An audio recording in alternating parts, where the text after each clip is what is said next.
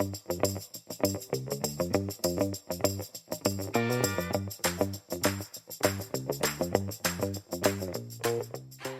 everyone, and welcome again to Debra and Peter are doing a podcast with me, Peter Wanless, and her, Debra Alcott-Tyler. It's episode 71. How was your weekend, Debra? Hi, Peter. Hello, everyone. Well, awful, Peter. Absolutely. What? I've inadvertently become a criminal. So I was doing my weekly shop at Waitrose on Friday, and the weighing machine by the fruit and veg wasn't working, and I had 2 peppers and a cob of ginger that I had to weigh, and so I put them on top of my trolley. I thought, well, there's one round by the till, so I'll just weigh it when I get there, because I was doing self-service. Anyway, got to the tills, put my shopping through, came home, started to unpack the shopping, and discovered to my horror these 2 peppers and this cob that had gone unweighed and therefore unpaid. And I was like, absolutely, I know it sounds the stupidest thing, but I was like crippled with guilt. I was like, oh my goodness, I've stolen from the supermarket, even though I really didn't mean to. So cue much hilarity from my family, doing like mock-ups of Interpol looking for me and stuff like that. But what I'm going to do is when I do my shop again this weekend, I'll just go into customer services and fess up. Will you? And say, yeah, of course, because I can't live, and people say, oh, well, they won't notice. It's a business, employing people, plus also I have to look myself in the eye. And I don't want to look myself in the eye and say, I got away with that, because that just doesn't feel right. So I should go and say, I stole 2 peppers and a cob of ginger. Can I cough up? And I'm sure they'll be fine, because they'll never occur to them that anyone would ever go and say, I accidentally managed to get away without paying for these items. So, but honestly, I know it sounds the stupidest thing, because it sounds so small and so insignificant, but it really bothered me all weekend. A lot of people wouldn't even notice, I think. You're clearly diligent in accounting for what you've got and what you've not. It's because normally they'd be in a little bag with the price stuck on from the weighing machine. Yeah, they were loose, you see, and that's how I thought, oh shit. Anyway. Well, it's a bit early for our peppers, but they're growing very well at the moment. If it were a bit later in the season and we lived a bit closer to one another, I would give you 3 peppers to take back to them, and you could just say, I took 2, but here are 3, and they're fresher. Anyway, so yeah, that was my weekend, ruined by being an accidental thief.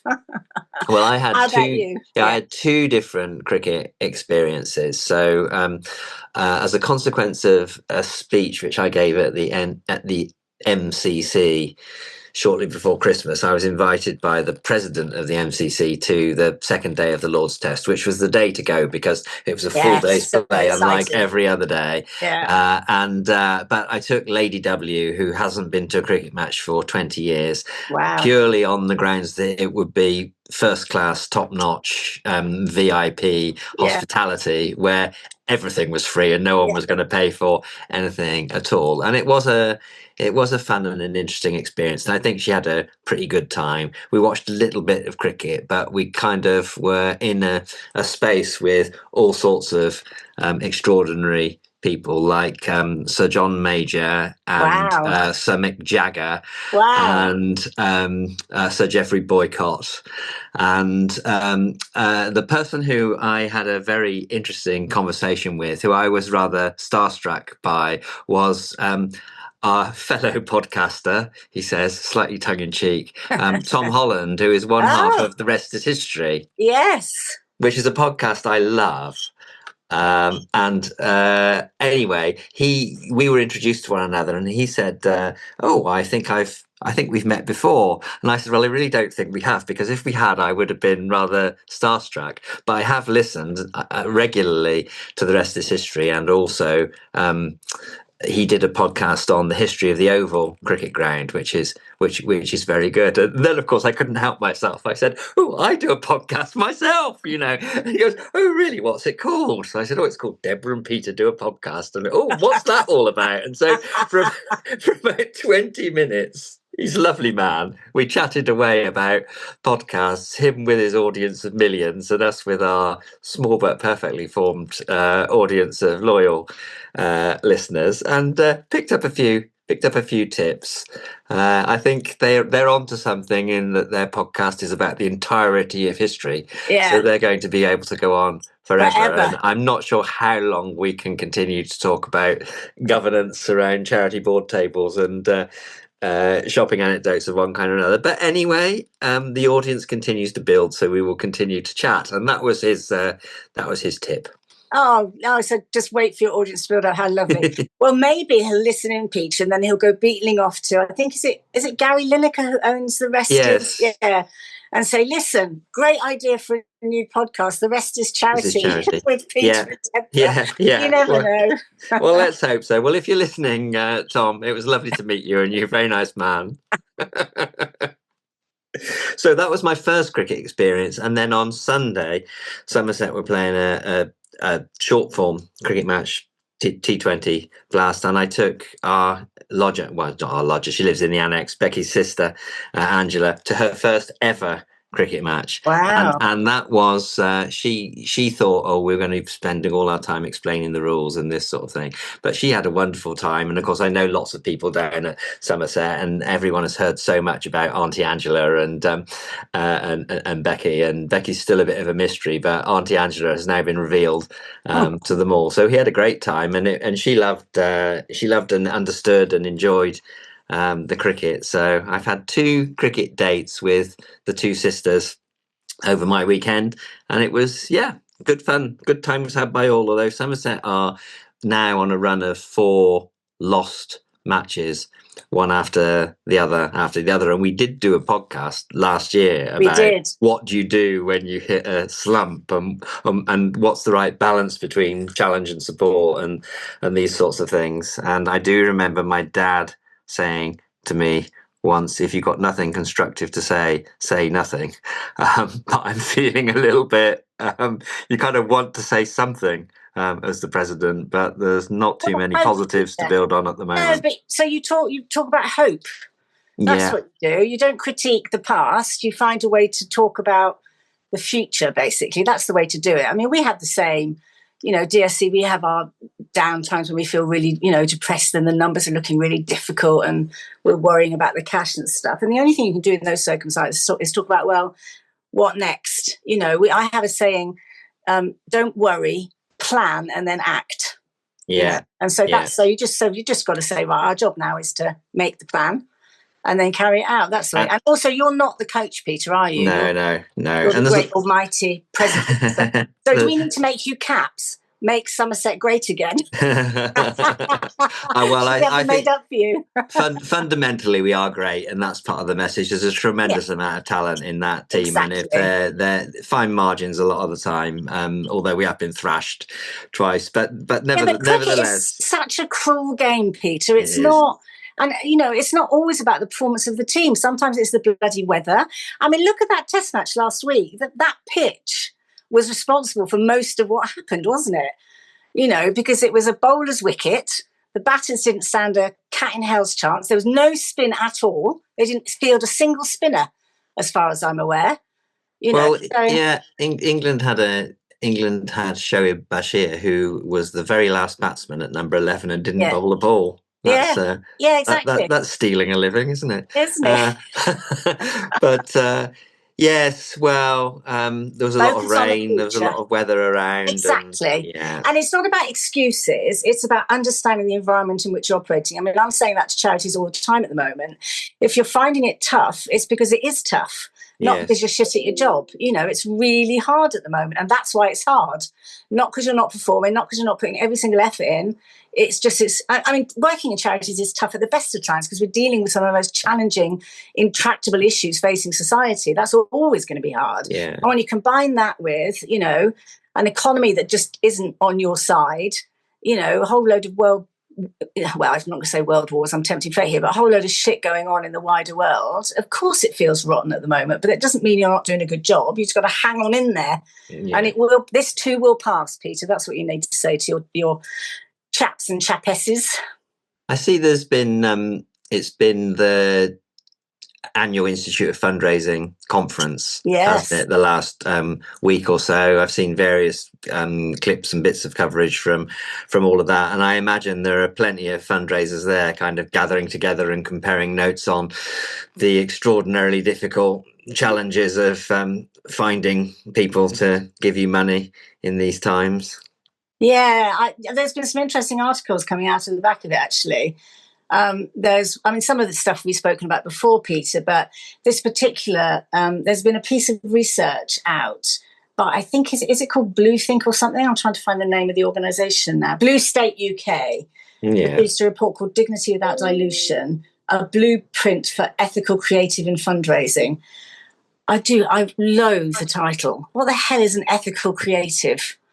Anyway, I'm sure if I put but why can't they just use plain English? Anyway, either way, they were looking at the impact of different kind of imagery and how effective it is in raising funds. And as you and I have said before, the problem is the imagery that people don't like, which is the image of the bruised and beaten and starving dog, or the child, crying and hiding, or the, young person, skinny, malnourished, carrying dirty water.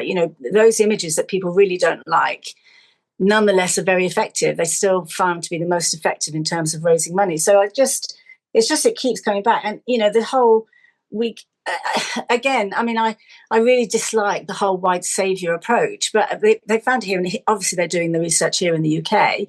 And unfortunately, I think us British people do have that degree of exceptionalism. And we do have that little bit of, we can save the world, just look at us. We've always been like that through history. And that works in the UK, that people, will give if they feel, So I just found it really, really interesting. And we've spoken about it before, and I just wondered. There were some figures in. I did see that report, and there's some figures in there which were quite polarizing, weren't there? Yeah. So you sort of could have 35 or 36% that thought those images were very effective, but 12% thought they were absolutely not. Yes. Well, you can't please all the people all the time, can you? So what are your values and your principles, and how can you be consistent with those but effective in your fundraising? If you don't raise the money, you can't do anything. You can't function. Yeah. And there's a short-term and long-term thing here as well. So I am absolutely convinced, and have seen enough research over time in the context of the NSPCC's particular challenges around the abuse and neglect of children, to know that if you live inside the problem forever, more and more people do get worn out by the message and feel fatalistic about it. But abuse and neglect is shocking and horrifying, and if you don't shift people from where they are in the moment, then you are cutting yourself off from a lot of the motivation that people have to give in that context. So in your kind of portfolio of messages, how do you respond to both those things can be true, even though they're in tension with one another? It's like everything, isn't it? You weigh up and balance out the risks and the consequences of any course of action in any moment, and you're ready for whatever so you prepare yourself for getting less money in for a particular campaign because you're wanting to support a particular kind of message, or you prepare yourself to deal with the accusations of I remember the word, but I remember here's another communications challenge where I found different audiences in tension with one another. Let's see what you think about this one. So Childline is always looking to recruit volunteers to come and be the front line in the helpline, and we were, for all sorts of vital and important reasons, keen to portray in our imagery throughout the NSPCC and Childline a diverse mix of faces and people and genders and all the rest of it. And we've come a million miles in terms of the way in which organisations portray themselves now compared with how they used to, and that's all to the good. And the mix of Childline volunteers across the nation are a pretty diverse group of people. So it's possible to see yourselves looking nationally in the imagery of the charity. I would say not perfect, but in all of that is a kind of positive and constructive story. And yet there were some significant pushback from people in Northern Ireland about nationally a national imagery on the grounds that those people do not look like us. This is changing, and Northern Ireland is becoming a more ethnically diverse community, although there are many more Poles, I think, than there are people from the Caribbean. But how you organise and differentiate your imagery and messages to be locally relevant, whilst not diluting what you stand for nationally, is another, interesting one. And how much are you willing to pay to create adverts and images and communications that speak to nations, regions, communities, versus having a general sense of what we're all about? That we had some very lively conversations about that down the ages. And what did you do in the end? There were well, it kind of waxed and waned. Childline used to have more significant regional base level comms budgets than we ended up with. I think for reasons of economies of scale, as much as anything else, and so we probably did lose something in terms of the differentiation of the base offer. But the promise was a national one, and there were small local budgets which could still be used for local radio and these sorts of communications, so you could interpret the materials which were often provided nationally, or supranationally in the case of the UK. But I don't know, it's a constant challenge. Well, talking of local local issues and local thing. Did you pick up this story about the National Lottery Community Fund changing its Reaching Communities programme, so that now it's come for some stick about this actually, but so what they're doing now is they're saying they're not going to fund any organisations that are doing cross-regional or cross-area work, that they want to keep it very local. And so, if you happen to work in two boroughs, for example, you have to apply to a separate local lottery for borough A and another one for borough B. Does that make sense? So there isn't a whole thing. And there's been quite a lot of criticism about it. I mean, the reality is whatever funders do, they're going to get criticised anyway. But I just found it really interesting. On the one hand, I thought, I love the idea that, they're responding to the fact that most of the people who apply are small local charities in their area, and that there's a lot of demand on the lottery for that. And so they're prioritising small and local. But then I thought from a practical point of view, but actually it's a bit of a pain in the arse if you're a charity that works across 3 counties, for example, and suddenly you've got to put in 3 separate applications to 3 separate lottery offices in order to get, you might get it for one and not the other. So these are difficult decisions always for people to make, but I just wondered if you had any thoughts about that. Right. So I'm not sure they have. I'm not sure they've localized it as locally as you've described. They've definitely done it by region.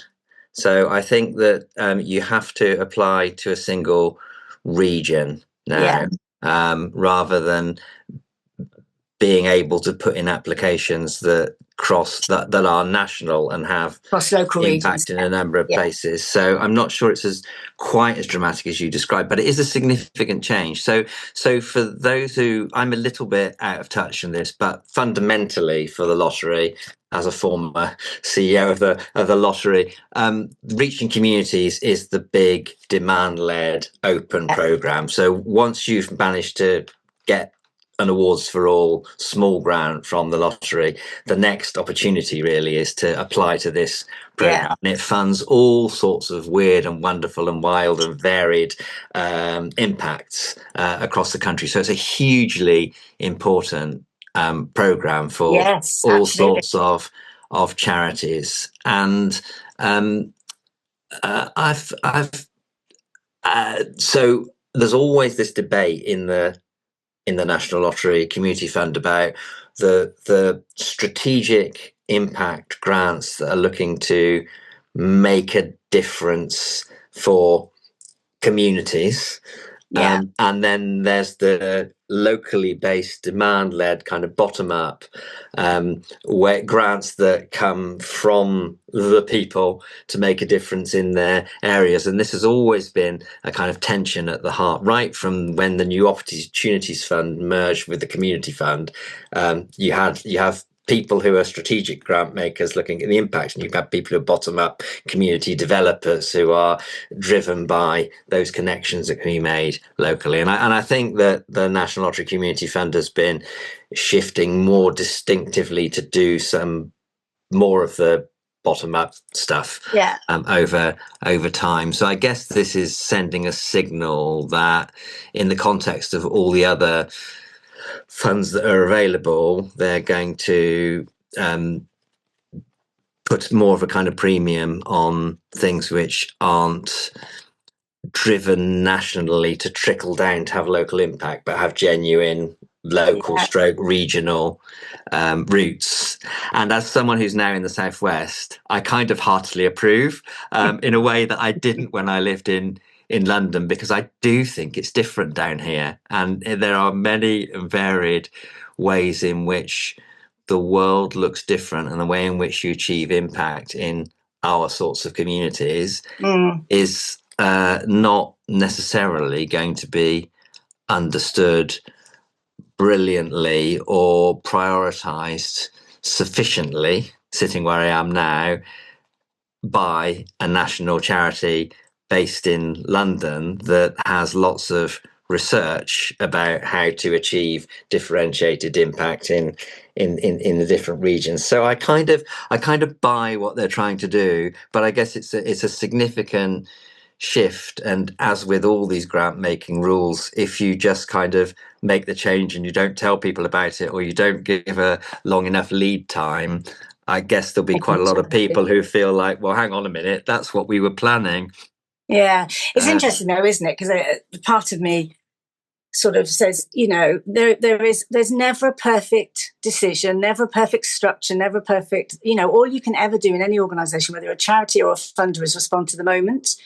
And all that's happening is the lottery is responding to this moment in time. And I've no doubt at all that in 5-10 years' time, there'll be another review and they'll say, actually, no, we need to change the strategy again. So I think people get very hung up on these sorts of decisions as if they're stuck in forever, and they never are. That's not been my experience.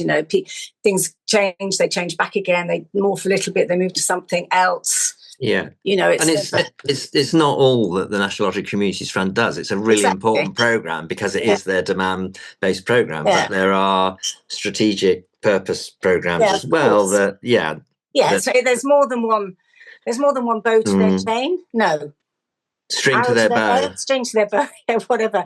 But actually, I just wanted to pick up on this business about, out in the regionals, it looking very different to London. What I do think is really important that people remember is that London has a population that's bigger than quite a lot of countries. The population is bigger than Norway, bigger than Wales, bigger than Scotland. It's like a country. And I think when people get frustrated about why does, London get all the attention, because it's got about 10 million people living there. And the next biggest city, I think, is Birmingham, isn't it? It's got about 2. If even that. I get sort of a bit frustrated when people moan about London, because it's basically a country, I'm sure its population is bigger than that of most of the Scandinavian countries. Denmark, Sweden, Norway, Finland, things like that. Certainly Scotland and Ireland. I think the population of Northern Ireland is the same as the population of Yorkshire. And it gets a lot of differentiated attention and special programs and disproportionate this, that, and the other, which is not to downplay why there is value in things being distinctive in Northern Ireland, like the childline recruitment adverts. Of course. But yes, absolutely. The poverty, the number of children living in poverty in the richest bit of the country, which is London, will outweigh. Oh, yeah, absolutely. Any other everywhere bit. else. Yeah, exactly. Yeah. So it's not to be jealous of London, just to think of it as well. There are 10 million people there. So, and we've got much less where we are. But yeah, it's interesting, isn't it? Which again leads me on to another thing, which is about data and about, so I think it was Ian McQuillan was speaking at the conference about how we're sort of wasting our time trying to convince the general public or change their mind about facts about fundraising, because the public is so badly informed, isn't it? It thinks that everybody who works for a charity is a volunteer, and Yes. and all the rest of it. And I thought, and his sort of argument is that data doesn't change anything. That data doesn't, telling people, saying the truth about, or batting back accusations, explaining that, there are only about 800,000 people employed in 170,000 charities, is that most charities work is done by 20 million volunteers plus about 1 million trustees, etc. There's no point pointing out those things because it doesn't change their mind.